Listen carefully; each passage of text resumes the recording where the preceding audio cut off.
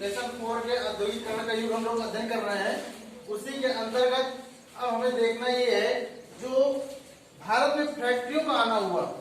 कल आपको हमने बताया था भारत में जो फैक्ट्री आई थी वो कब आई थी, तो 1854 में मुंबई में पहली बार जो है कपड़े का मिल लगाया गया।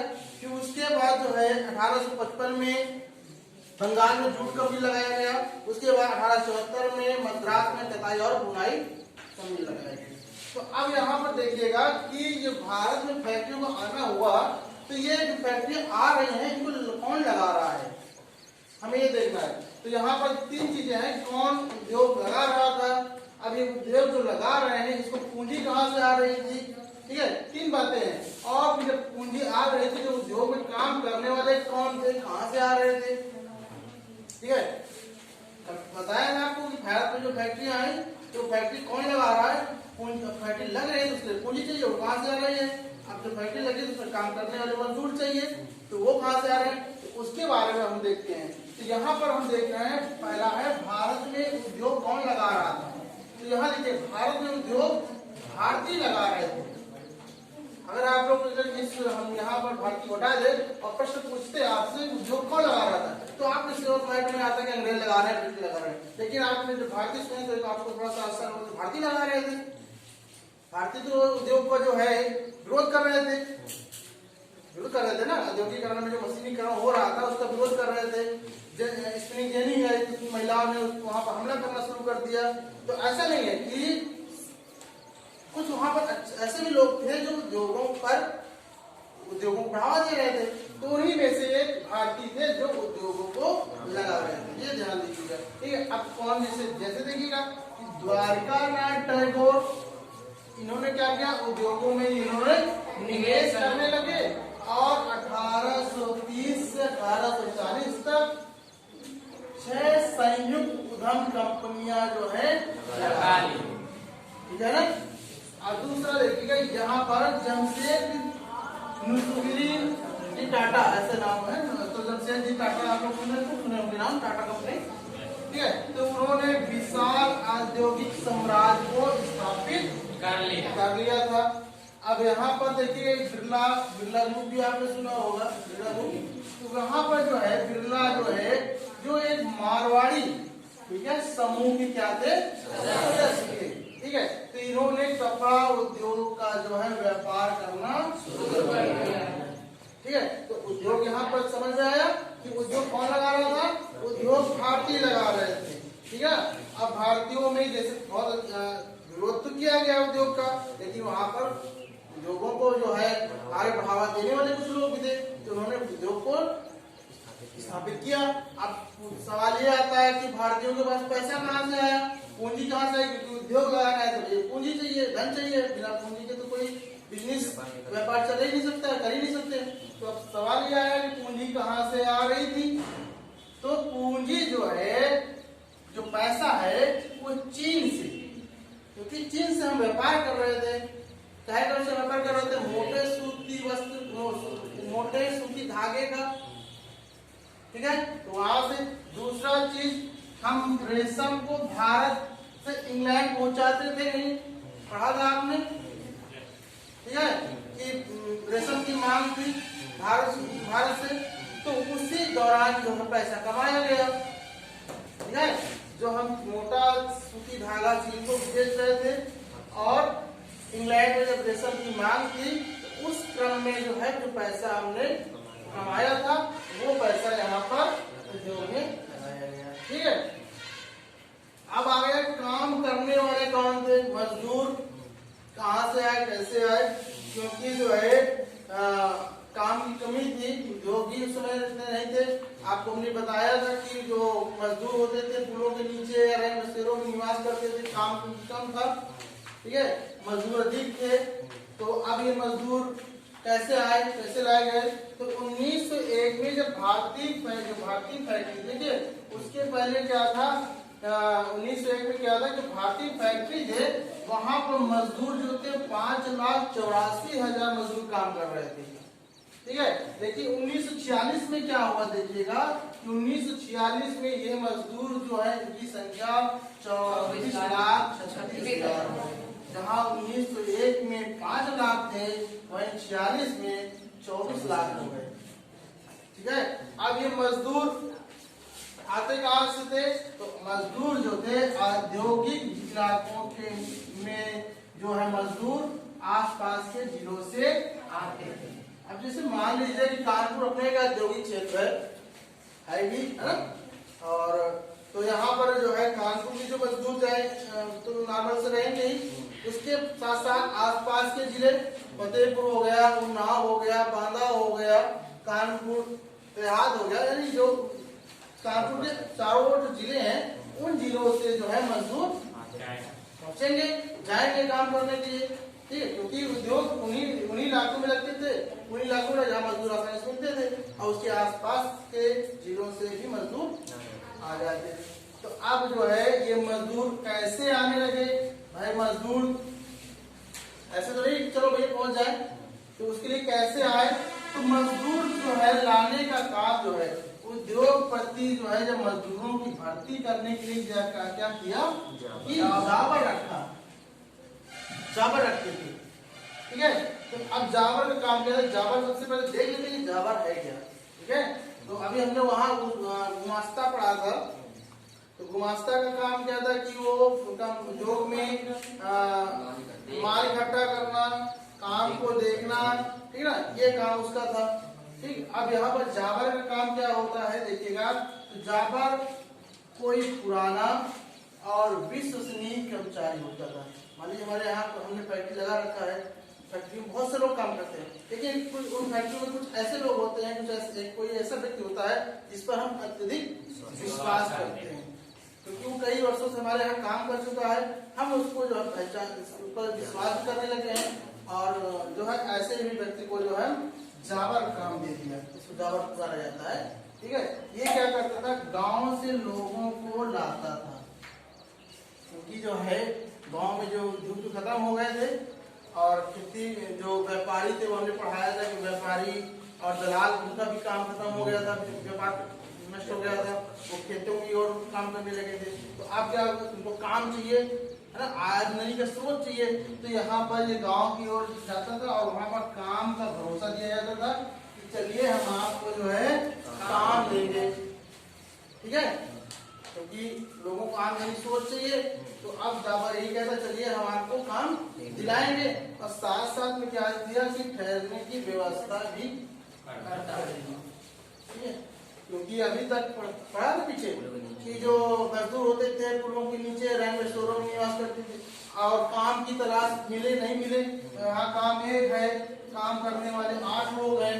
ठीक है, अब ये इन्हें 2 ही लोगों को काम मिला है, बाकी 6 लोग क्या कर रहे हैं? वेट कर रहे हैं। कहाँ वेट कर रहे हैं? पुलों के नीचे हैं, रैन स्टोरों पड़े हुए हैं। ठीक है, वहां पर अपने जो है रुके हुए हैं काम की तलाश में। अब जो है यहाँ पर क्या हुआ कि जावर कहता है कि चलिए हम आपको काम देंगे, ठीक है, और आपको जो यहाँ लेटे हो, ठहरे हो, हम आपको रहने की भी व्यवस्था करेंगे। तो अब इससे अच्छी बात क्या हो सकती कि काम मिल जाए, और ऊपर से आश्रय भी मिल जाए, रात गुजारने के लिए ठहरने की व्यवस्था भी हो रही है, तो कोई नहीं तो करेगा नहीं। इसी प्रकार जो है ये मजदूर पहुंचे, और इनकी संख्या तेजी से बढ़ी। ठीक है, क्योंकि आवश्यकता है उद्योग में। ठीक है, तो इस प्रकार से जावर ये काम था कि लोगों को लाता, वो काम की जो है देने की भरोसा देता था, और ठहरने की व्यवस्था करता था, क्योंकि पिछले अभी कल बताया था कि वहां पर व्यवस्था नहीं थी, काम की कमी थी। समझ में आ गई इतनी बात सबको?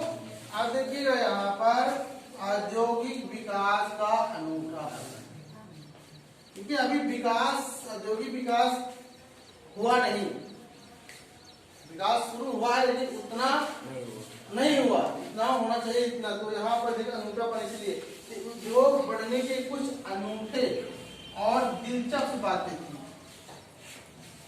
ठीक, कैसे उद्योग बढ़े, तो उस उद्योग को जब हम अब जानेंगे तो उसके लिए कुछ 4 बातें थी।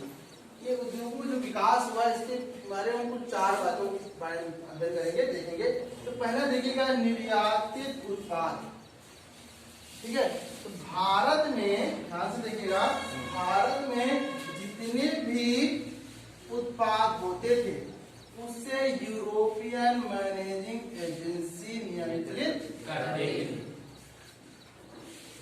जो भारत में माल तैयार हो रहा था उसको जो है, उस माल को जो है यूरोप के मैनेजर होते हैं ना, तो वो लोग इसको नियंत्रण करते थे। वो करते क्या था कि वो उन्हीं चीजों, ये कौन लोग, ये यूरोपीय लोग, ठीक है, वही चीज भारत में तैयार कराते थे। क्या माल को आ गया, ये उन्हीं चीजों का जो है निर्यात करती थी जिन्हें ब्रिटेन में निर्यात किया जा सकता। कहने का मतलब भारत में जो माल तैयार हो रहा है, यूरोपीय लोग जो मैनेजरिंग काम कर रहे हैं बीच में, ठीक है, तो वो क्या करते थे कि वो ही माल को तैयार करवाते थे जिन्हें ब्रिटेन में निर्यात किया जाए। भाई जो चीज की मांग है वहां पर जो हमको हो सकता है ब्रिटेन में हो सकता है, यूरोपीय लोग जानते हैं कि यहाँ पर इस चीज की मांग है, ये यहाँ पर आसानी से बिक जाएगा, है ना। अगर ऐसा कोई माल तैयार करेंगे जहाँ उसकी मांग नहीं, तो क्या हो, वहां को बिकेगा नहीं। तो यूरोपीय कंपनियां या मैनेजिंग डायरेक्टर जानते थे कि नहीं, ऐसे माल को ब्रिटेन में निर्यात किया जा सके। ये एक चीज हो गया, ठीक है। इसके बाद जैसे अब एग्जाम्पल हमने लिया, जैसे भारत से चाय और कॉफी बेहतर किस्म होते हैं, मतलब कि यहाँ पर भारत में आप लोग जानते हैं कि यहाँ पर चाय अच्छी किस्म की पाई जाती है, कॉफी भी प्राप्त होती है, तो ये लोग उसी का निर्यात करते थे। इसलिए जो है ये दूसरे वस्तु और किसी वस्तु को जो है ये प्रोत्साहन नहीं करते थे, सिर्फ क्या है इन्हीं चीजों को, चाय और कॉफी को ही प्रोत्साहित करते थे, इन्हीं को ज्यादा ही उद्योग में तैयार करते थे। ये आसानी से ब्रिटेन की खपत है, मांग है, ये जाएगी। तो समझ में आ रहा है ना सबको। अब देखिएगा, प्रतिस्पर्धा से बचना या व्यापार है तो सबसे, क्योंकि अब कंपटीशन का दौर है, तो कंपटीशन से लोग बचने का प्रयास करते हैं जितना हो सके कंपटीशन बचे, हम ही जो है सप्लायर अधिक बने, ठीक है ना। तो वही चीज यहाँ पर भी है, देखिए प्रतिस्पर्धा से बचना है। तो 19वीं सदी के अंत में भारतीय व्यवसायी वही सामान तैयार करते थे, ठीक है, जो ब्रिटिश आयात नहीं कर सकता था, ठीक है। समझ में आया कि 19वीं सदी में जो भारतीय व्यवसायी थे तो वो वही सामान तय करते थे कि जो ब्रिटेन सरकार है वो यहाँ पर आयात नहीं कर पाए। कहाँ, भारत में, ठीक है, निर्यात आयात आना, ठीक है। तो यहाँ ब्रिटिश सरकार भी तो ऐसा नहीं कि हम ही केवल माल तैयार कर रहे हैं, ब्रिटिश भी तैयार कर रही है। तो ब्रिटिश सरकार वही माल को तैयार करते थे जो ब्रिटिश सरकार आयात नहीं कर सकते, ठीक है। और जैसे एग्जाम्पल, मोटे सूती धागा बताया ऊपर अभी, भारत का ये यहाँ पर कहा गया चीन वाला मेटल, कि चीन में जो है हम क्या करते थे, वही इनकम में चीन में सूती मोटे धागे को हम बेचते थे। तो हमारे यहाँ क्या होता था, हम लोग सूती जो है धागा होता था मोटे सूती का प्रयोग करते थे, और ये जो भारतीय मिलों का हथकरघा जो है इस्तेमाल करते थे। इसी के माध्यम से हमारे कपड़े तैयार होते थे, इसके माध्यम से सूती धागा के माध्यम से, जो मोटे सूती धागा से। तो हमारे बुनकर जो थे, ये हथकरघा देखा होगा, अगर आप लोगों ने देखा होगा, लकड़ी का बना होता है, उसको सीधा जाता चला करता है, ठीक है। तो उसी में इसका इस्तेमाल होता था। और चीन, ठीक है, यह चीन निर्यात किया जाता था। क्या चीज, ये हाँ अभी बता रहे, बार बार बात आ रही है, ये मोटे सूती धागा को चीन निर्यात करते थे, या हम हमारे बुनकर जो है इस्तेमाल करते थे। अब अगला देखिएगा कि तीसरा नंबर है कपड़ा बनाना, हाँ, सूत से कपड़ा बनाना। तो स्वदेशी आंदोलन के राष्ट्रवादी नेताओं ने लोगों को विदेशी कपड़े को बहिष्कार करने के लिए कहा। असहयोग आंदोलन शुरू हुआ था, गांधी जी ने कहा था ना, विदेशी कपड़े का बहिष्कार करो। तो वही यहाँ पर स्वदेशी आंदोलन जो शुरू हुआ, जो राष्ट्रवादी नेता हमारे थे गांधी जी, सुभाष चंद्र, पंडित जवाहरलाल नेहरू या उनके और साथी, तो उन्होंने क्या किया कि विदेशी लोगों से आह्वान किया कि चलिए आप लोग विदेशी कपड़े का वो बहिष्कार कर दोगे। जब हम बहिष्कार कर देंगे तो सामान दिखेगा किसका, बने हुए कपड़े का। ठीक है, तो यहाँ पर जब ये हुआ तो वहां पर अलग अलग जो बदलाव हुए और सूती मोटे सूती धागे पर क्या कर दिया गया, ठीक है। जब पाबंदी लगे साथ साथ में कपड़े, जब क्या हुआ, अब जब यहाँ पर अभी तक ध्यान दीजिएगा जो मोटे सूत के धागे थे उसके हमारे कपड़े बन रहे थे। ठीक है, समझ में आ रहे हैं सबके। तो अब यहाँ पर क्या हुआ कि यहाँ पर पाबंदी लगा दी गई। जब पाबंदी लग गई तो सीधे सीधे फर्क क्या हुआ कि हम लोगों ने कपड़ा तैयार करना शुरू कर दिया। क्या कर दिया, कपड़ा। अभी क्या करते थे कि सूती धागे को जो है बनाते थे और चीन निर्यात करते थे। ठीक है, और कपड़े ब्रिटिश से आ रहे थे। तो अब जब पाबंदी लग गई तो हमने सीधे सीधे क्या किया कि हम लोगों ही कपड़े को तैयार करना शुरू कर दिया। और इसके दो कारण हुए। अब दो कारण क्या थे देखिएगा। पहला, गांधी जी का असहयोग आंदोलन। ठीक है, दूसरा कारण क्या है, चीन में मोटे सूत को लगाना, क्योंकि पाबंदी लग गई और चीन ने जो है मोटे सूत को लेना बंद कर दिया। तो अब जब बंद कर दिया तो हम लोगों ने यहाँ उत्पादन कपड़े का शुरू कर दिया। ठीक है, इन्हीं दोनों की वजह से भारत में कपड़े तैयार होने लगे। ठीक है, और 1900 से 1912 तक भारत में सूती वस्त्र उत्पादन समझ में आई बात? इसको बंद कर दो, लंबा हो जाएगा।